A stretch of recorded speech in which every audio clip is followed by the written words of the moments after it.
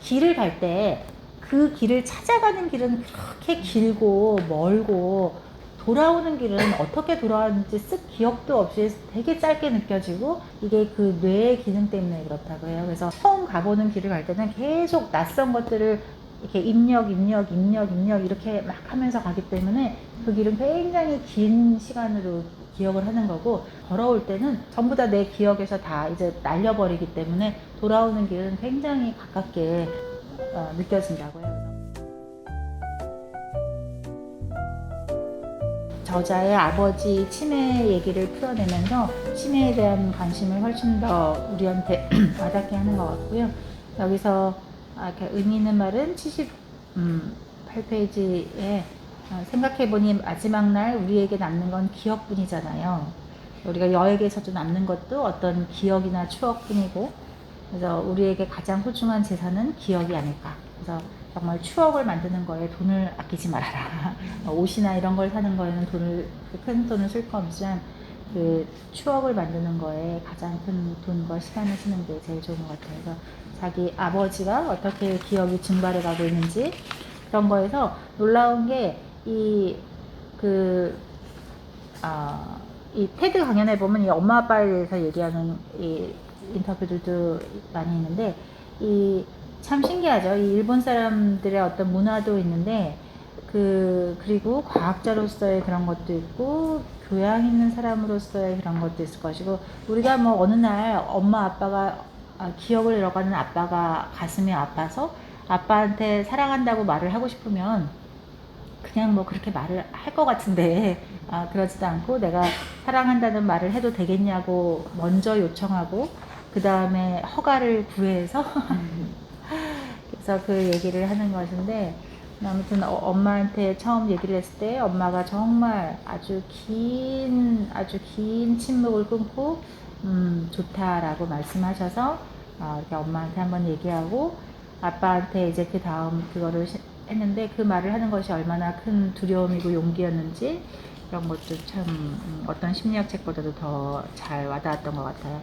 그래서 아빠한테 했는데 이 아빠가 다른 거는 다 기억을 잃어가면서도 이 사랑한다는 말을 기억하는 게 너무 감사하고 신기하면서도 그거를 역시 뇌과학자답게 이거를 다시 이제 분석한 거죠. 어떻게 저게 가능한가 라고 했을 때 결국 감정이 기억에 합쳐지면 기억을 훨씬 더 강화할 수 있다는 거죠. 그래서 우리가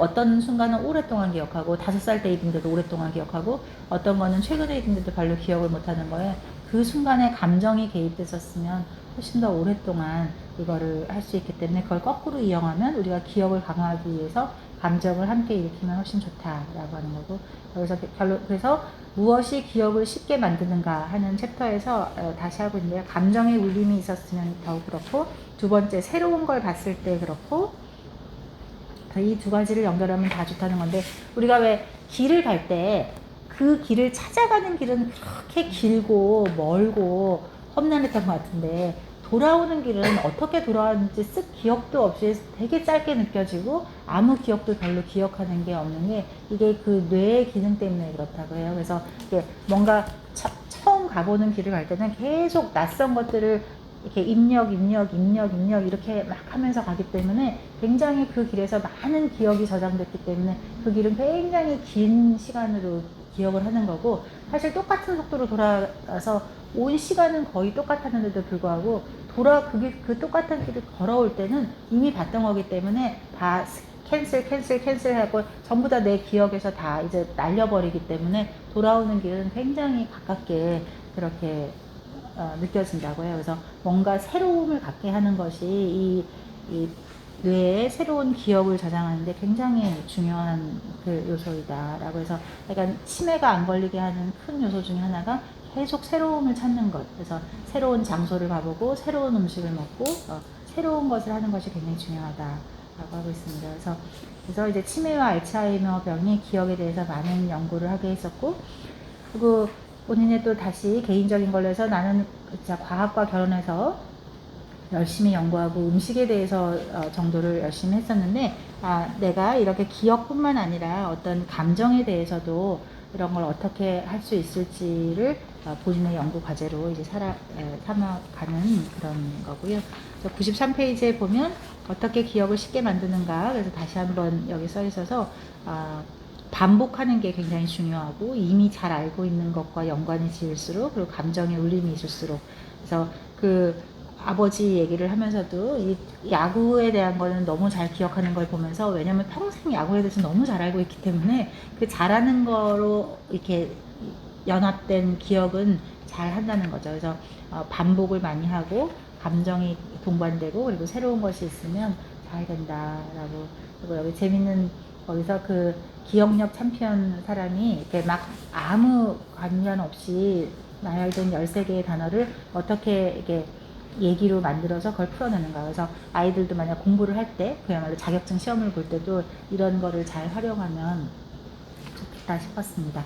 그리고 또 그 다음에 이제 새로운 자극이 잠든 뇌를 깨운다. 그래서 이 새로움이 어떻게 뇌에 작용하는가에 대해서 쭉 되고 있는데요.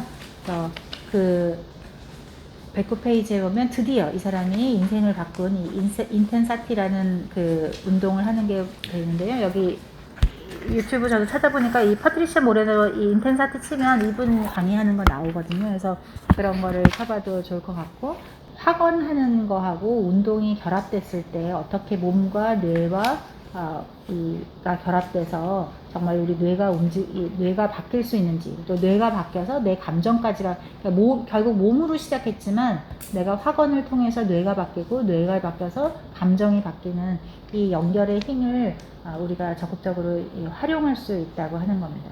그래서 우리가 우울증이라고 하는 것도 우리 모노아민 계열의 신경전달 물질 3가지에 의해서 나타나는 건데, 그래서 결국 이런 것들 때문에 한동안 모든 거를 다 약으로 치료하려고 했던 그런 정신과 치료가 계속 나왔던 것인데, 여기서 우리가 꼭 약이 아니라 유산소 운동이나 이런 것들을 하게 되면 이 신경 전달 물질의 양 자체가 틀려져서 우리가 약이 아닌 내 운동으로 그런 엔돌핀이나 뇌생성 모르핀, 세로토닌, 도파민 이런 것들을 다 바꿀 수 있다라고 하는 거죠. 아무튼 우리가 세로토닌, 도파민 이거는 하도 많이 요즘 핫 이슈죠. 그래서 세로토닌, 도파민에 대해서는 좀 알아두면 훨씬 더 좋을 것 같습니다. 자세에 의해서도 우리가 이게 운동까지 안 해도 자세만 바꿔도 어떻게 우리가 바뀌는지, 왜 최근에 가장 핫했던 조던 피처슨 박사의 12가지의 첫 번째 챕터가 자세를 바꾸라는 거잖아요. 그래서 갑각류나 이런 정말 원초적인 몇억 년 전부터 있었던 그 갑각류조차도 이겼을 때와 졌을 때의 이 자세가 틀려지게 되는데, 그 자세만 바꿔도 얘가 짱이 되는 거고, 자세가 이렇게 본래 짱이었었는데 한번 져서 하게 되면 얘가 자세를 바뀌게 되고, 그러면 그 갑각류에서 나오는, 바닷가재에서 나오는 이 세로토닌의 양이 바뀌어서 완전히 걔는 한번 그 세로토닌 양이 떨어지는 아이는 이제 다시는 짱이 될 수 없고 그냥 이제 패배자가 되는. 그래서 이 자세를 펴는 것이 얼마나 실제로 신경 전달 물질의 분비량을 바꾸고 그게 결국은 현실로 이어지는지에 대한 것이 있습니다. 그 다음 이제 이 데이트의 역사에 대해서 쭉 나오고, 이 데이트를 정말로 다 이 신경과학적으로 해서 좋은 것 같아요. 어떤 연애책보다도 도움이 되는, 그리고 굉장히 솔직하게 써줘서 참 좋았던 것 같아요. 그래서 보통은 데이트 역사를 잘 말을 안 하거나 말해도 그냥 넋두리처럼 연결되는데, 이 사람은 다 끝까지 그래서 각각의 사람들에서 어떻게 좋고 나쁘고, 그리고 그걸 어떻게 해결해 나가고 그런 것들이 있고요. 여기서도 이제 마지막으로 그 125페이지에 기억해야 될 상황, 두뇌와 신체가 연결되는 그 과정, 그리고 여기서 의식적인 운동, 기분 조절 이런 거에서 어떻게 신경 전달 물질들이 작용하는지에 대한 거고, 자세 1분만 자세를 취해도 정말로 내 모든 수치들이 바뀔 수 있다라고 하는 겁니다.